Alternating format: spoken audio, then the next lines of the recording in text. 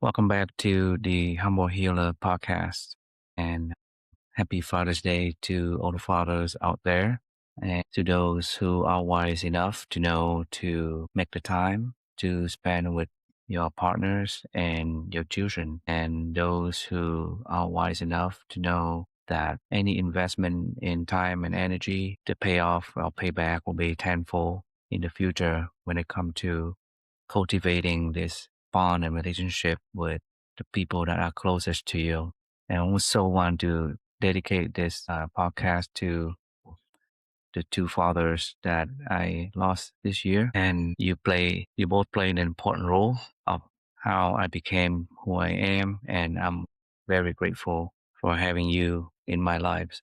Thank you, Daddy Lay and Daddy Dorgan. So go out there, guys, enjoy, and hope that you'll be treated like a king today. And then the rest of the year, you can be a cook, a chauffeur, a butler, a cleaner, butt wiper, which is okay. That's the part of being a dad, to take care of the one that you love. And I'll do it again all over for all my four princesses. So let's talk about the latest fat diets, FAD fat diets. And today we'll talk about the first two is carnivore diet and the Paleolithic or paleo diet. And we'll talk about the pros and cons of each. And then in the part two, we'll talk about ketogenic diet, intermittent fasting diet, and eventually we'll get to Mediterranean diet too, which is probably the healthiest diet or the best diet with the most scientific evidence supporting that diet also. So the issues with the latest diet is that they are all the rage, whether our patients are detoxing or fasting or true paleo diet.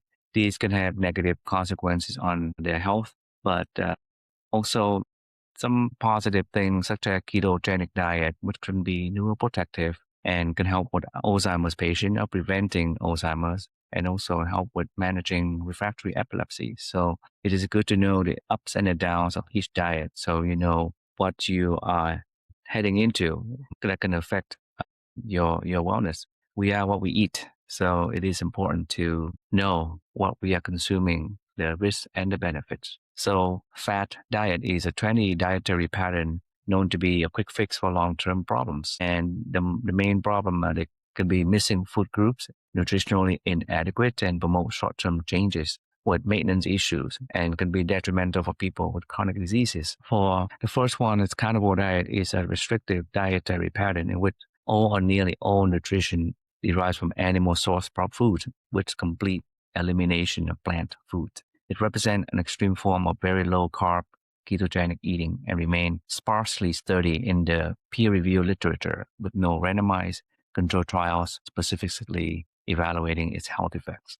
The diet centers on red meat with variable inclusion of poultry, fish, eggs, and dairy. Social media analysis of carnivore diet contain creators review that while the red meat is consistently emphasized, other nutritional recommendations are heterogeneous across proponents. Some variants include organ meat to address micronutrient concerns, while stricter versions limit intake to muscle meat, salt, and water. So what are the potential nutritional concerns? The animal source food provide high quality protein, heme, iron, zinc, selenium, vitamin B12, and other B vitamins. However, the complete elimination of plant food raises several nutritional concerns. Fiber, completely absent, which may affect gut microbiome diversity and colorectal health.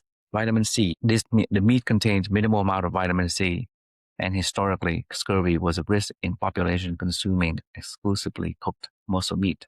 The organ meat and raw and rare preparation may provide some vitamin C.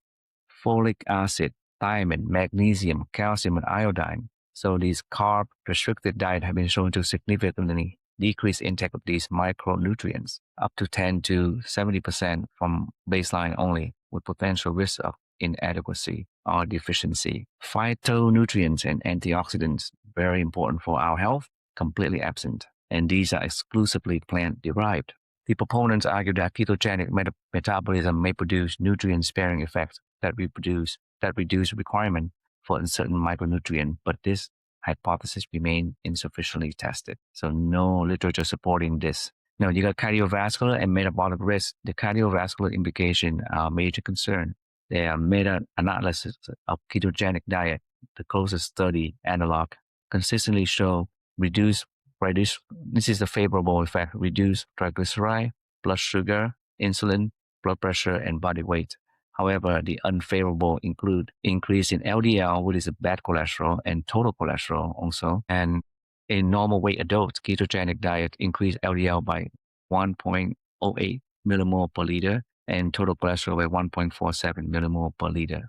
The National Lipid Association emphasized a high saturated fat content is a key driver of LDL elevation of this diet. The carnivore diet would be expected to amplify these LDL raising effects given its very high saturated fat and cholesterol content from red meat. And then there's other risk factor from red meat and disease risk. The high red meat inherent to the carnivore diet is associated with increased risk of multiple chronic diseases. An umbrella review of meta-analysis found that per 100 grams per day of red meat, the risk increased by 17% for type 2 diabetes, 15% for coronary heart disease, 14% for hypertension, and 12% for stroke. Processed meats show even stronger association. 2026 American Heart Association dietary guidance recommend limiting red meat intake and replacing it with plant-based protein sources, poultry or fish, for cardiovascular disease prevention. The IARC classified processed meat as group 1 carcinogen and red meat as group 2 probable carcinogen, particularly for colorectal cancer. And there are also evidence of red meat increasing the risk of pancreatic cancer also. So gut microbiome effects. The diet rich in red meat are associated with reduced gut microbiome diversity and increased production of trimethylamine and oxide, a metabolite implicated in cardiovascular disease pathogenesis through promotion of atherosclerosis. So basically, this causes an increase in buildup of plaque in your blood vessels, in your heart and other organs, increasing the risk of heart attack and stroke, and many other cardiovascular diseases. The absence of dietary fiber would further reduce short-chain fatty acids production, which play a protective role in gut barrier integrity and systemic inflammation. So the bottom line for clinical practice, there are no clinical trials or prospective cohort study evaluating the carnivore diet. The available evidence from related dietary patterns, such as ketogenic, high red meat intake, suggests potential short-term benefits in weight loss and glycemic control, but significant concern regarding LDL elevation, colorectal cancer risk, pancreatic cancer risk, cardiovascular disease, and micronutrient deficiencies. Major medical societies, including the AHA, recommend dietary pattern emphasizing plant-based protein sources, fruit, vegetable, and whole grains over high red meat consumption. So patients with a carnivore diet should be monitored with cholesterol panel, metabolic panel, micronutrient level. Okay, so let's move on to the next diet, the Paleolithic diet. This diet focuses on lean meat, fish, vegetable, fruit, and nuts, and is restrict dairy products, whole grain, legumes. So the most comprehensive evidence comes from 2026 systematic review with 19 randomized control trials showing significant improvement in fasting insulin, which is very important in cardiovascular health, LDL, the total cholesterol, triglyceride, body weight, diastolic blood pressure, and a cohort data show 10%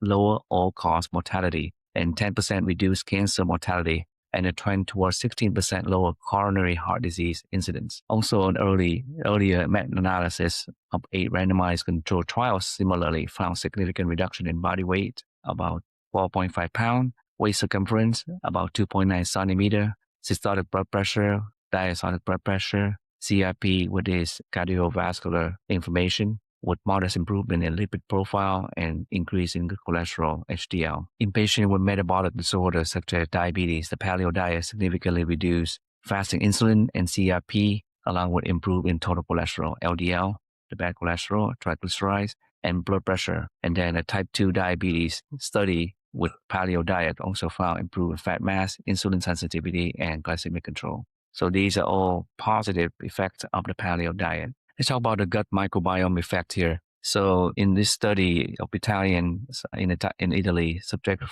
adhering to the modern paleo diet demonstrated an expectedly high degree of gut microbiome biodiversity. There are limitations and concern of paleo diet. The American Heart Association classified the paleo diet into tier 4 with its lowest alignment with AHA dietary guidance. This is due to exclusion of whole grains, legumes, and dairy, and a tendency toward higher saturated fat from animal source foods. Over-consuming of fatty meat and sodium may be detrimental in nutritional deficiency, and loss of beneficial phytochemical and ions are concerned. Also, adherence is a significant challenge in a 12-month trial comparing self-selected diet. Only 35% of paleo participants were still following the diet at 12 months compared to 54% for intermittent fasting and 57% for Mediterranean. And weight loss was modest, only 1.8 kilogram, which was non-significant.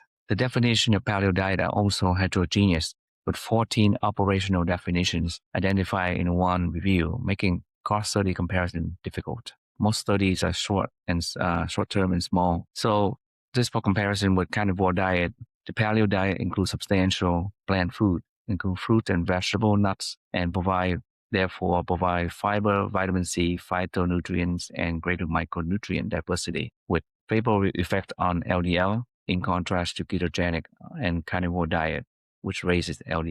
The cardiovascular benefit observed in these groups, however, appear to be driven by avoidance of ultra-processed foods rather than exclusion of grains and dairy. So for paleo diet, there are risks to pregnant women due to potential folic acid and iodine deficiency. And then there's a limitation with costs and the availability of types of food and high caloric intake. So bottom line is a carnivore diet is a no-no, and it's bad for the environment too. Consumption of red meat and lead to a huge increase in carbon dioxide production. It's one of the highest source of carbon dioxide production of the planet due to production of methane gas from the dairy that we raise in order to feed us, and really adversely affect our environment and have a global warming effect among several other adverse health effects on our Mother Earth here. Also, could lead to increased risk of cardiovascular adverse outcomes. So I highly recommend against it. Paleo diet, there are a lot of good positive health effects, but also risk is the cost, availability of types of food, high caloric intake, and there's a risk of micronutrient deficiency.